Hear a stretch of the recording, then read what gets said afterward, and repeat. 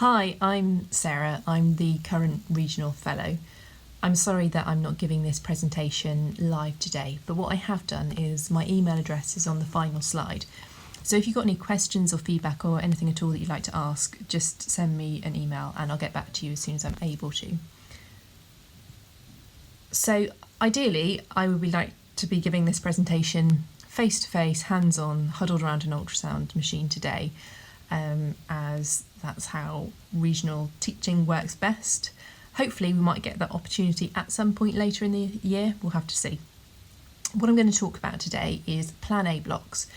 So what they are, what's the rationale behind them, and then I'm going to choose a few specific blocks of the lower limb to run through. The materials and resources I've used in my slide have mainly come from the websites of Nysora and Neuraxiom. There's a couple of things which have come from RA UK. I definitely recommend checking out the editorial, 2019 editorial by Lloyd Turbot, which is pictured here. It just goes through the idea behind Plan A versus BCD blocks. And there's a brilliant webinar on the RA UK website at the moment called Blocks for the Many, Not Just the Few, which is definitely worth a watch. So in some ways you could consider regional anaesthesia as a subspeciality, as being a victim of its own success. With the advent of ultrasound, there was an explosion of new novel nerve blocks, and regional enthusiasts were striving to constantly raise the bar and performing more and more complex blocks, which surely is a good thing because it's raising patient quality of care. However, there is a risk that when you make anything more complex, then you potentially reduce compliance. So there were concerns that actually there may only be relatively a small number of anaesthetists who were regularly performing these blocks and having this sort of the knowledge of the evidence base behind them. And this was leading to a gulf emerging between your regional subspecialists and your generalists. The problem being that as regional anaesthesia sort of became more complex, it also potentially became a bit more intimidating, and people might choose the path of least resistance and therefore potentially not offer their patients regional blocks and techniques. So ultimately that was reducing patient choice and meaning that regional anaesthesia was becoming less widely available. So the idea was mooted about developing these Plan A blocks. So the essence behind Plan A blocks is just bringing things back to basics. So focusing on widespread competence in a small number of high value blocks that have been proven to be safe and reliable and very versatile for a sort of wide number of potential situations. So the Plan A blocks are things that we all should really have in our toolkit, so that as we're coming to completing our training, we should feel confident and competent to perform them and offer them to our patients. Whereas the BCD blocks are more the domain of the regional enthusiasts. So here they are. These are the proposed Plan A blocks versus the Plan BCD blocks. There's been a lot of discussion based on this table. This table was taken from the editorial that I put on the second slide. And there's been a recent edition of Daycase or Daycase spinals. It would be really interesting to know what your thoughts are looking at these Plan A blocks and actually how confident as trainees you feel with them. I think the upper limb blocks it's not really many surprises there. Looking at the lower limb blocks, I was a little bit surprised to see that fascia iliaca blocks actually weren't on the list of Plan A blocks, as they are so ubiquitous and I'd say that's, from my experience, what I've seen most people default to for hip fractures, etc. And the trunk blocks were slightly more interesting. I've certainly only had recent experience of doing a rectus spinae plane block. And in terms of rectus sheath blocks, when I was training, it was all tap blocks. At the beginning of my training. So I've got less experience in that area. So it makes me realise where my gaps are. So it'd be interesting to know if that's reflected in other people's training experience, how much exposure you've had to these blocks, whether you would feel confident and competent performing them. So here is a poster, which I'm sure you've probably all seen. It's hanging up in a couple of the theatres, and it is what we're going to focus on today. So looking at the lower limb Plan A blocks, so namely a femoral nerve block, an adductor canal block, and a popliteal sciatic block. Right, so let's kick off with the femoral nerve block. Indications.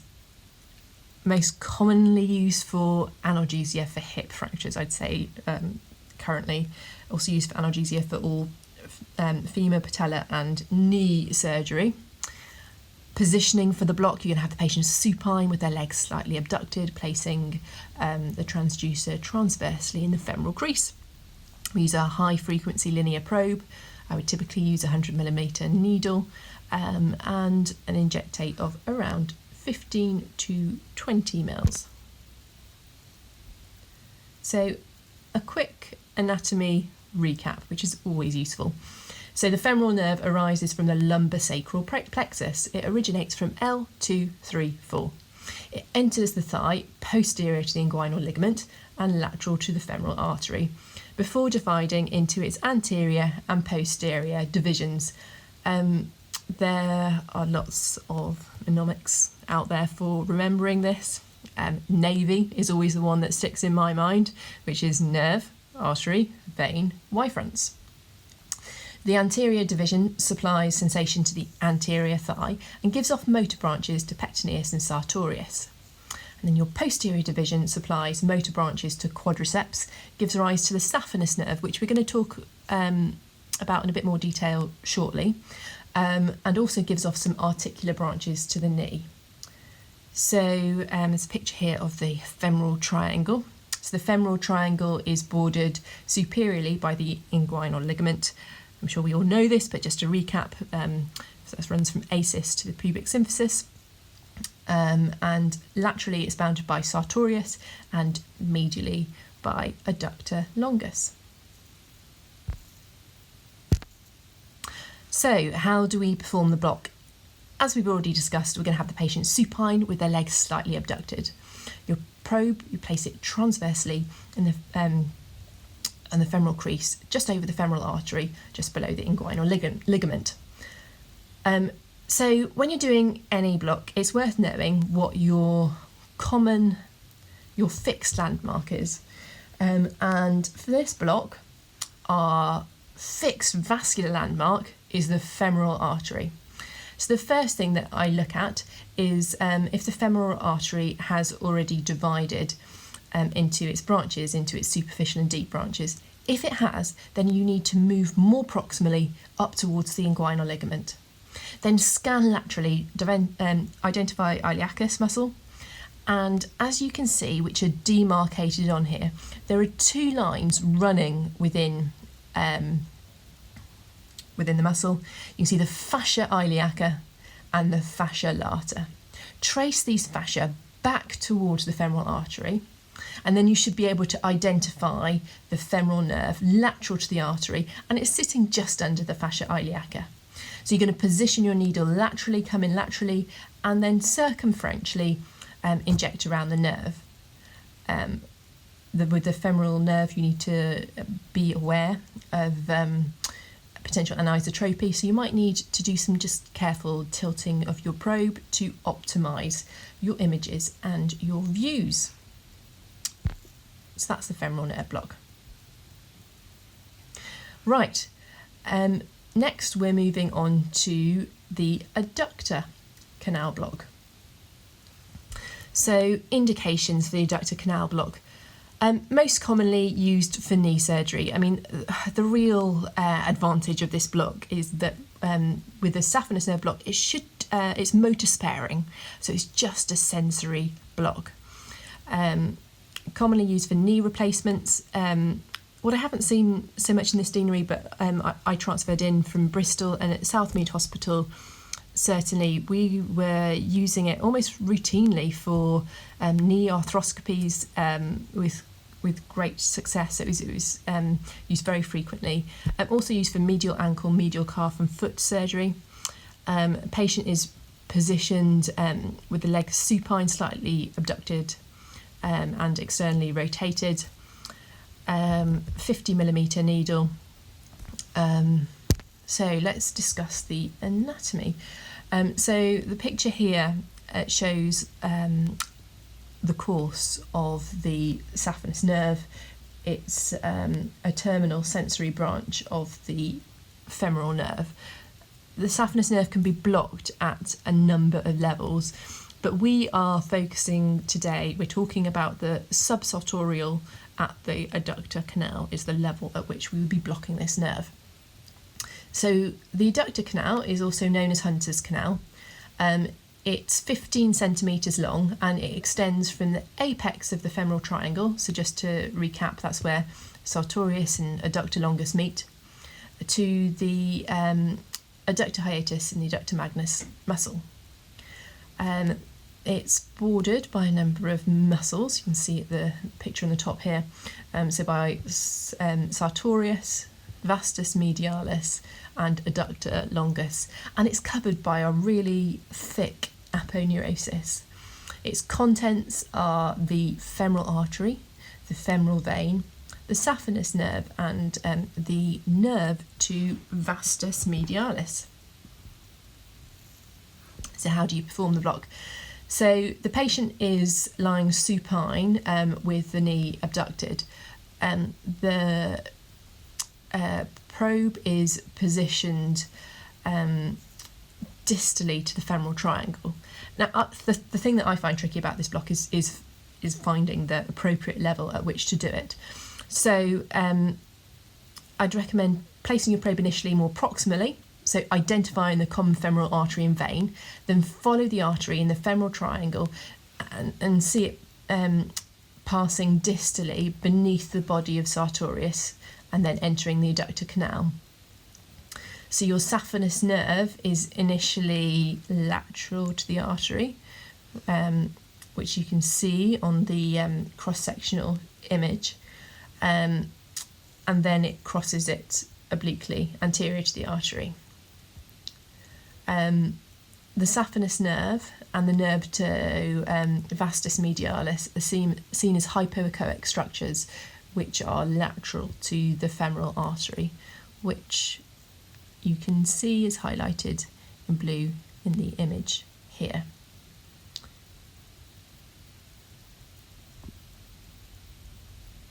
So I'd aim for, again, spread of your local as demarcated by the blue in the image. So that is adductor canal blocks. Right, so moving on to our final block, which is the popliteal sciatic block. So these are commonly used for ankle surgery, for foot surgery, and for below knee amputations. There are a couple of three approaches that you can take to positioning the patient, which we'll talk about in a moment. Generally, in most patients, I'd use a high-frequency linear probe. If you've got a particularly chunky patient, then you may need to use a curvilinear probe and a 100mm needle. An injectate typically of about 20 mils. So let's just quickly recap the anatomy. So the sciatic nerve arises from the lumbar and sacral plexus. It's L4 to S3. It enters the thigh between the ischial tuberosity and the greater trochanter, and then it descends in the posterior thigh, lying superficial to the adductor magnus and deep to biceps femoris, semitendinosus and semimembranosus muscles. So it enters the popliteal fossa, where it is joined by the popliteal artery, and it then divides into the tibial and common perineal. And this typically happens within about 10 centimetres of the popliteal crease in the majority of individuals. When it comes to blocking it, there are 3 positions which can be used. So I've seen supine positioning quite frequently. You can either have the patient's foot propped up on some pillows, but ideally you really want somebody, an assistant, to be holding the leg so it's flexed for you. I have used this approach. Sometimes I can find it a bit tricky, sort of fishing around the back of the knee. So my preference is to perform it in the lateral position, which is otherwise known as Sims position. And you can perform it with the patient prone, which I haven't done. So you pop the transducer in the popliteal fossa, just across the popliteal crease. And the common vascular landmark for this block is your popliteal artery. So identify the popliteal artery.